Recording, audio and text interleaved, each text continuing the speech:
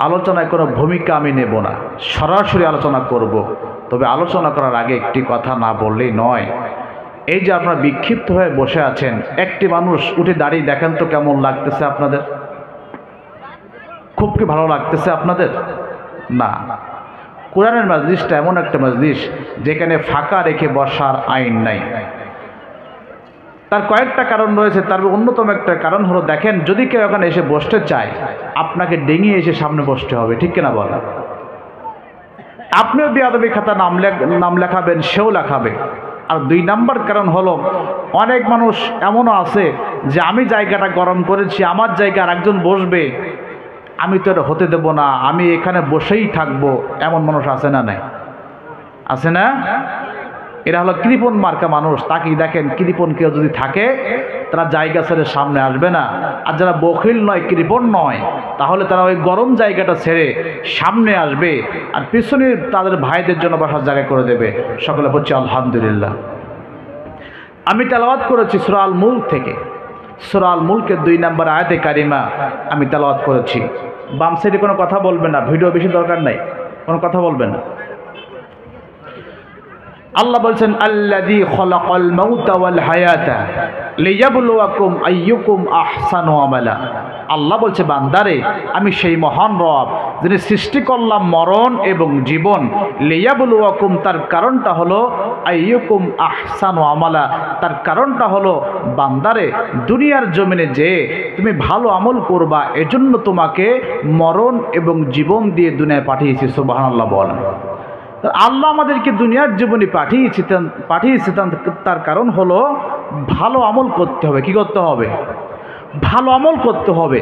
কিন্তু দেখেন আমার ভাইরা, আয়াতের ভিতরে আল্লাহ বলছেন, আল্লাযী খালাকাল মাউতা ওয়াল হায়াতা, আল্লাহ বলছেন মরণ এবং জীবন। কিন্তু বাস্তবতা হলো, আমরা জানি হলো আমাদের একটা জীবন আছে, আমাদের পর একটা মরণ আসবে। আমরা বুঝি আগে মরণ, আগে জীবন, তারপরে মরণ, ঠিক কিনা বলেন? জীবন তো আমাদের আছে, তারপরে মরণ হবে। কিন্তু আল্লাহ এখানে আগে বললেন মরণ, তারপরে বললেন জীবন।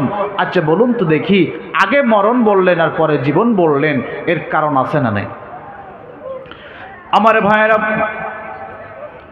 তাফসীরের ভিতরে আসছে, আল্লাহ রাব্বুল আলামিন মরণটাকে আগে বলেছেন, হায়াতটাকে পরে বলেছেন। তার 2টা কারণ পাওয়া যায়। 1 নম্বর কারণ হলো, আল্লাহ রাব্বুল আলামিন যেহেতু আয়াতের ভিতরে বান্দার ভালো আমল করার জন্য নির্দেশনা দিয়েছেন, বান্দাকে ভালো আমল করতে বলেছেন, ভালো আমল করতে বলেছেন বান্দাকে। এজন্য আল্লাহ রাব্বুল আলামিন মরণের কথাটা আগে বলে এটা মনে করে দিতে চাইলেন, বান্দারে, দুনিয়ার জমিনে তুমি ভালো আমল করো বা না করো, দুনিয়ার জমিনে তুমি যা করো না কেন, বান্দারে, আগে মরণের কথা স্মরণ করিয়ে দিই তোমাকে। এটাই বলতে চাইলাম, বান্দারে, এই দুনিয়ার জমিন থেকে তোমাকে একদিন মারা যাওয়া লাগবে। দুনিয়ার জমিনে কেউ থাকবো না, আমরা বিদায় নিয়ে চলে যাব, ঠিক কিনা বল? কেউ থাকতে পারবো আমরা? এখানে এমন কোনো মানুষ আছেন কি বলবেন হুজুর আমি মরবো না? এমন কোনো মানুষ কে আছেন? আমার ভাইরা, তাফসীরে আসছে 2 নাম্বার কারণ হলো, আল্লাহ রাব্বুল আলামিন আগে মরণ বলেছেন আর তারপরে হায়াত বলেছেন। তার 2 নাম্বার কারণ হলো, এই যে মরণ আমাদের হয়ে যাবে, মৃত্যুটা আমাদের চলে আসবে, এই মরণের পরে আমাদের এমন একটা হায়াতি জিন্দেগি শুরু হয়ে যাবে, যে জিন্দেগির শুরু হবে কিন্তু শেষ হবে না।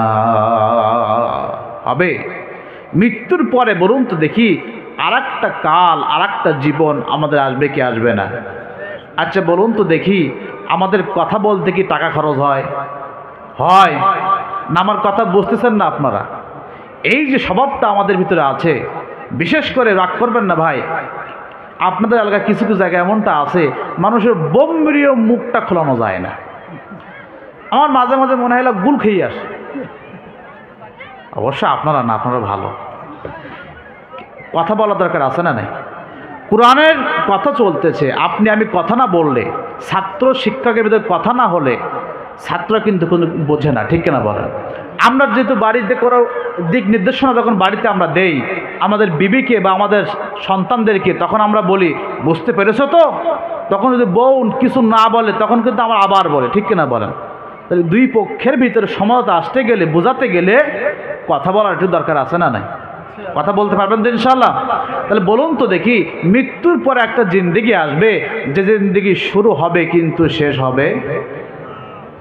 আমার ভাইয়েরা ভালো করে বুঝবেন, আজ যারা আমরা এখানে বসে আছি, এই জায়গায় যারা 100 বছর আগে যারা ছিলেন তারা কিন্তু আজকেও দুনিয়ার জমিনে আর বেঁচে নাই। আছে 100 বছর আগে যারা এই দুনিয়ার জমিনে এই এলাকায় ছিল তারা কিন্তু আজকেও বেঁচে নাই।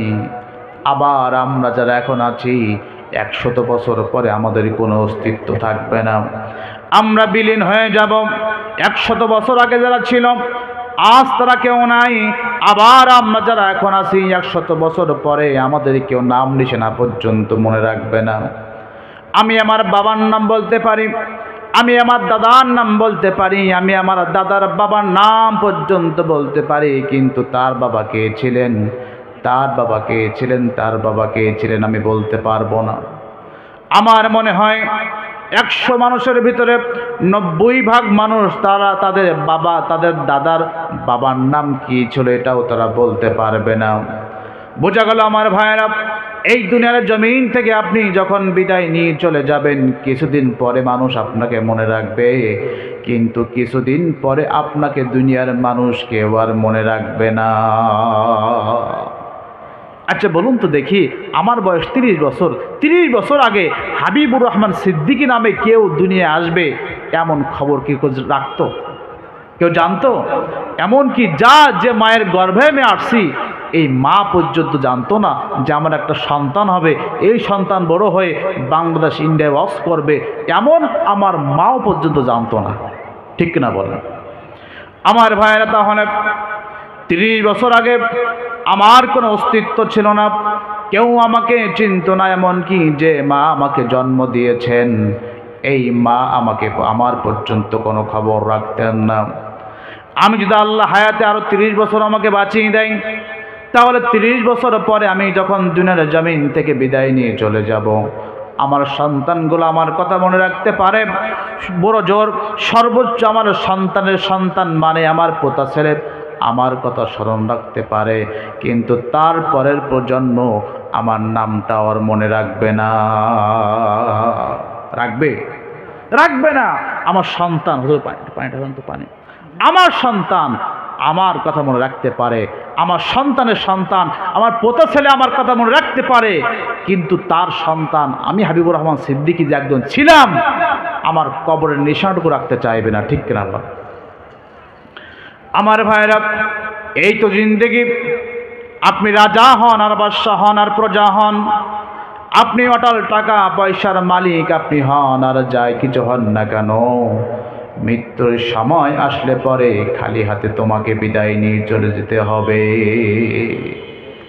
আমার ভাইরা, এই দুনিয়ার জমিনে একজন বাদশাহ ছিল, তার নাম হলো আলেকজান্ডার।